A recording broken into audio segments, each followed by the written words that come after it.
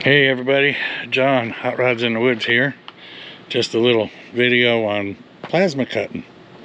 This is my very first time using a plasma cutter. I'm a cutting wheel and a torch kind of guy.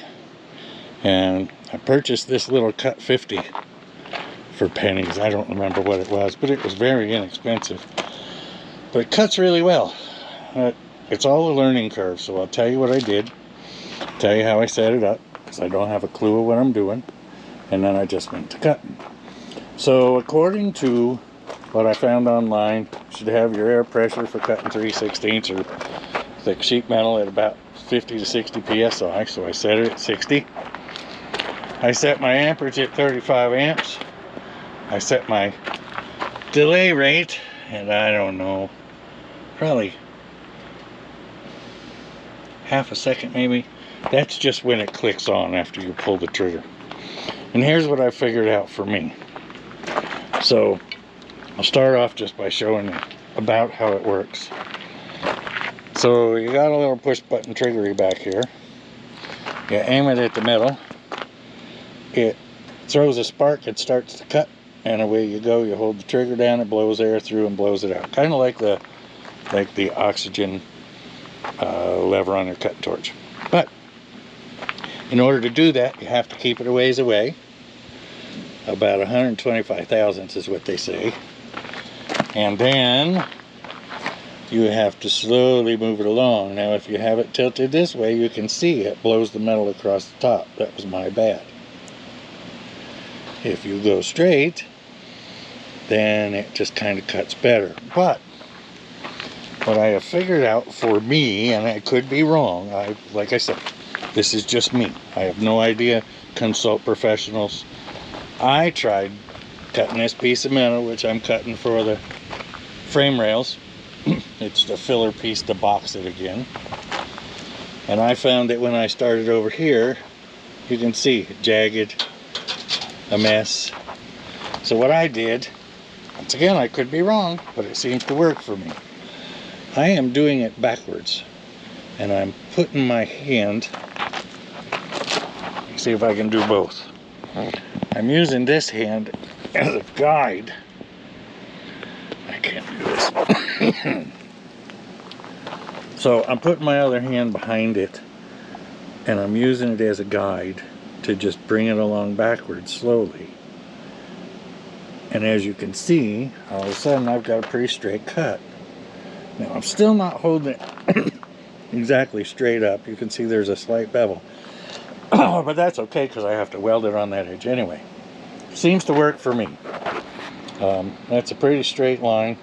So I'm going to go ahead and swap the battery in my GoPro here. And then I'm going to fire up the compressor. When I fire up the compressor, you aren't going to be able to hear me.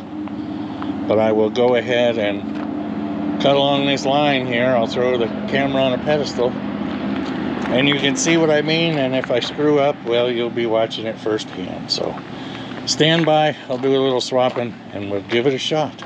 Oh, before I go any further, it's a very simple setup to rig this thing. You plug it in. You have to mount the regulator on the back, hook the hose up. Like I said, I set the regulator about 60 pounds.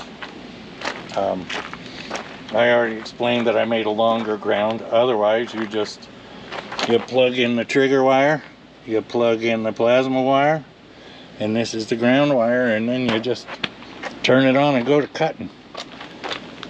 I'm surprised. It cuts very well. It seems to be very accurate. I'm not going to start making flower petals or anything right away, but pretty good. I'm pleased. Compared to a cutting torch, a lot less heat. It's much more directed. And all you're using is some air and 220. Now, this does come with an adapter for 110. I decided to go ahead and rig it at 220 right out of the box because my Yes welder, which I haven't rigged up yet, which I will, also takes 220. They're the same plug, so I can use it as well. So anyway, I'll be back. Okay, here we go. Let's start up the compressor. I'm sure some of you are wondering, why is he using a gas-powered compressor? Well, for number one, I was off the grid down in Florida for oh God, about 6-7 years, and didn't have readily available power just to run an air compressor. So I picked up a good deal on this gas one. I've been using it ever since. It's a one pull machine, and as often as you use it, air compressor works fine. I leave it outside. If I'm going to do something big with air inside, I don't hear the noise because it's outside, and it's fine. They all make noise. This one just happens to burn gas. So that being said, let's kick her in the butt. You can watch how I do it wrong.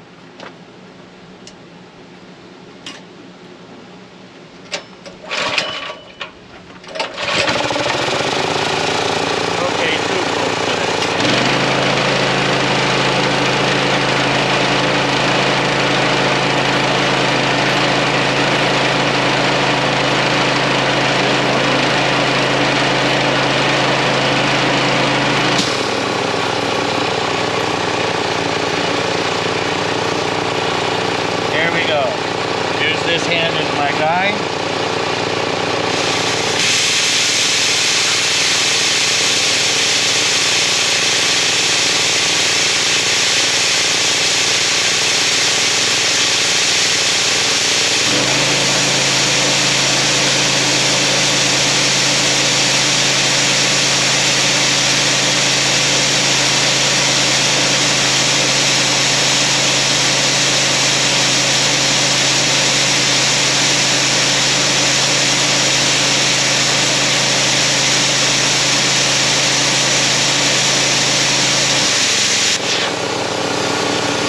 See, it works pretty well with this hand as a guide. I'm just going to continue on to the end, and see, that'll drop on my foot and burn the hell out of me.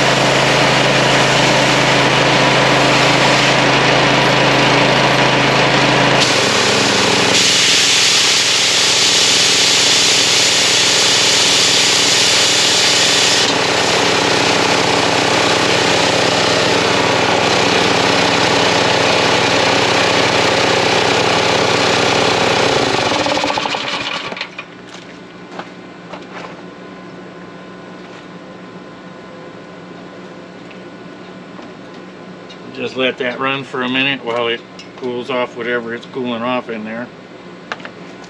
I don't know. Once again, not a clue what I'm doing. What I will tell you though is that is just as quick. It's actually quicker. It cuts a narrower line. Well, my cut isn't perfect, but it's a lot easier than using a cutting torch. There's a reason they use plasma. And this is my very first time using it. I mean, these are my test cuts. So, from that to cutting a 48-inch line, it looks like that is not too bad for a first attempt. So, that being said, there's 101 basic how to use a plasma cutter, probably wrong. My settings could be wrong. If anybody knows more than me, which probably most of you do, send me a comment. Like I said, I'm just learning. This is just a really inexpensive little machine. But honestly, for what I'm doing, I can't beat it. Apparently it'll cut all the way up to like 1/2 inch or 5/8 steel, which is quite impressive. I'm going to go ahead and hit pause here for a second, and I'll look it up, give you an idea about how much they cost. But very impressive little machine.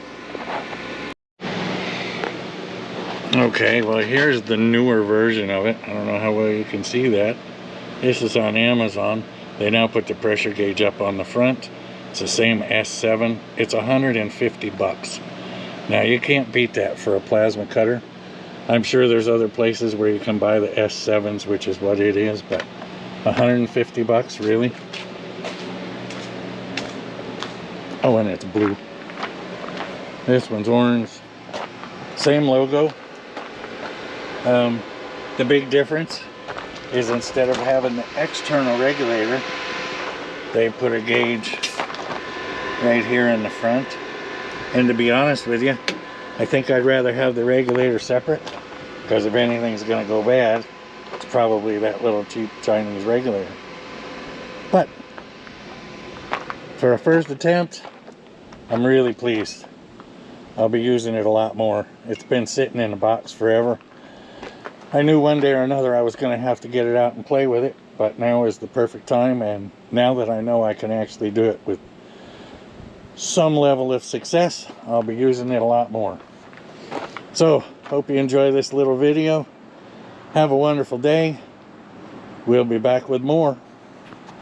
Don't forget to like and subscribe, even if this is the only one you watch. Take a look through the others. There's a whole bunch of good ideas, tips, and tricks that might just surprise you.